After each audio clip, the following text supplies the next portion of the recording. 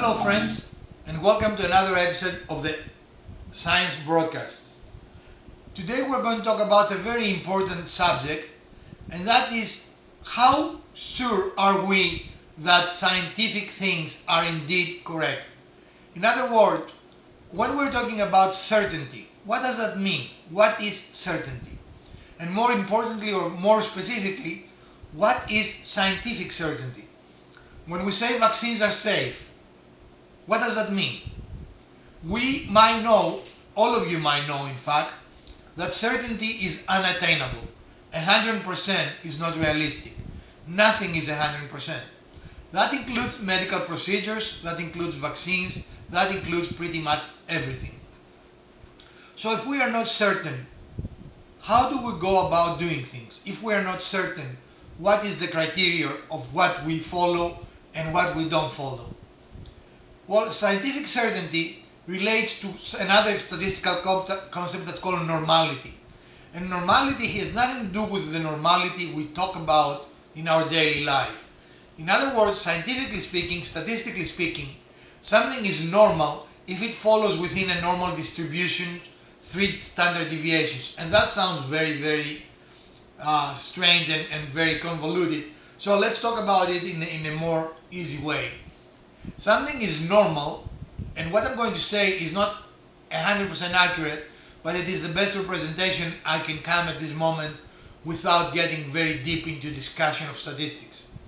So something is normal if it is observed in the majority, the absolute majority, 50% plus of a population, in other words, of a group. So something is normal if most people in a group are adhering to it. So something is normal when it is most common. So normality relates to commonality, in other words. Normality does not mean it is good. So abnormal is not bad. Abnormal simply means outside the norm. Something that is abnormal can be very good. Albert Einstein was very abnormal, but no one will argue that it was a bad thing. So normal and abnormal in science have a slightly different meaning than normal and abnormal in our daily conversation. Normal and abnormal in science have something to do with our confidence in something and nothing else. So when we say something is safe, you might have heard in the news, the vaccines are safe, the Moderna vaccine is safe, the Johnson & Johnson vaccine is safe. What does that mean? Does that mean that no one that might be vaccinated will experience any difficulty? Not at all. That is not at all what safe means. It means that the vast majority of the people, normal, when we're looking at the normality of something, will not experience a problem. There will be some people that will experience problems. There will be some people that will experience zero problems. Both cases are abnormal. In other words, I took the Moderna vaccine and I had absolutely no issues, both on the first vaccine and on the second. No headache, no fever, no down, no pain, nothing. On the other hand, my wife, on the second vaccine, had a very rough 24 hours. Guess what? She was in the norm, so her reaction was normal. Most people experience some form of discomfort after the second vaccine.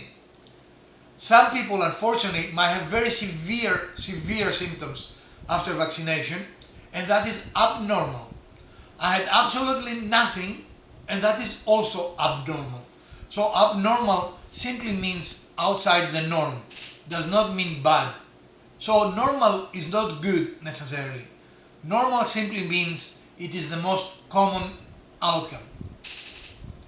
So what is certainty then? When I say I'm certain about something, what am I doing? Well, frankly, I'm lying, because I cannot be certain. There is a percentage of certainty, and in science we have the highest possible percentage of certainty, and that is 99.9%. Scientific certainty, in other words, has a 0.001 uncertainty. Now that is also important. What does that mean? What does it mean when I'm uncertain? And let's make it easy not to work with fractions. Let's say that our certainty is 90%. Here what it does not mean. When we are 90% certain, does not mean that 10% of the time that thing will not happen. Actually, when I'm 90% certain, something might happen 100% of the time.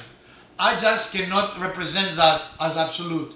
In other words, I cannot tell you that something will happen 100% of the time. I can tell you that I'm confident that it will happen 90% of the time. And that's where the certainty comes. I'm certain that in 90% of the cases, I can predict the outcome for you. Now, as I said, it might happen 100% of the time.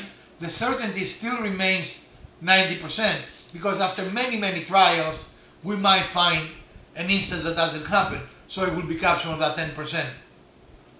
So even something that has been true for a long time, or we thought that would be true for a long time, does not gain certainty. In other words, we cannot say that because something has happened for 5 years and we never had an issue, we are now certain. Not at all how it works.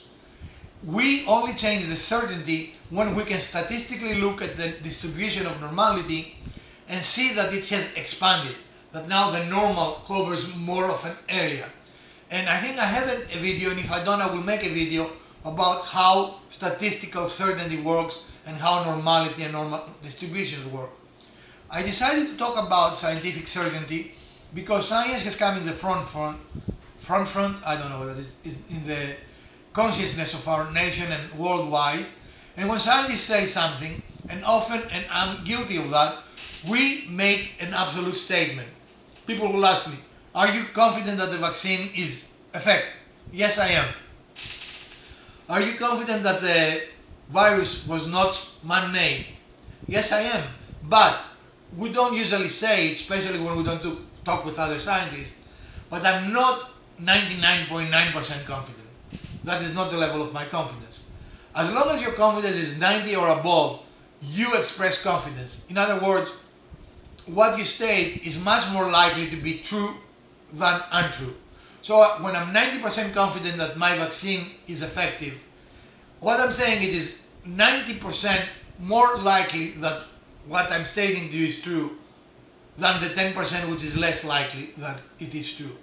So certainty is a very finicky thing, and people use it along with the word proof. People say, prove it to me.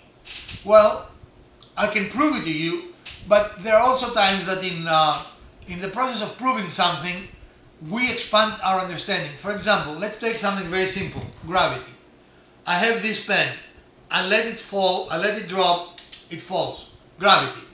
It is my expectation that every time I do this, the same outcome will exist. Now, that was our experience, and while on Earth, that is in fact the case, right? Every time you drop something, the expectation is, we have high confidence, 99.9% confidence, that everything I let go of will drop. Now there are some things like magnetic repulsion, for example, that might temporarily suspend something. But what happens if I go somewhere outside Earth and I let this pen go and it just stays there? Well, that actually happened when we went in orbit. The early astronauts made an experiment, and that was to just let an apple, in honor of Newton, let an apple go, and we saw it just suspended in front of the astronaut's face. Houston, we have a problem. What happened to gravity? Nothing happened to gravity. In fact, the apple stayed in front of the astronaut's face because of gravity. It didn't fly up, it didn't drop down. Now, our expectancy was to drop down. That's what we've experienced, that's what we thought would happen. Yet it didn't happen. It stayed there. So we were forced to look at our assumptions, and we were forced to re-examine gravity, and we expanded our understanding. And we understand that gravity has to do a lot with distance from the object that causes the gravity. On Earth, Earth itself causes the gravitational pull. But the further away we move from Earth, the weaker the gravitational pull is. So science was able to understand, explain, and figure out why the non-expected event happened. I hope you're enjoying these mini lectures I try to give consistently, and I will continue to do so. I'm not monetizing these videos, so let me know if there is something that you would like for us to discuss. Put your masks on, wash your hands, get vaccinated. Stay safe, friends.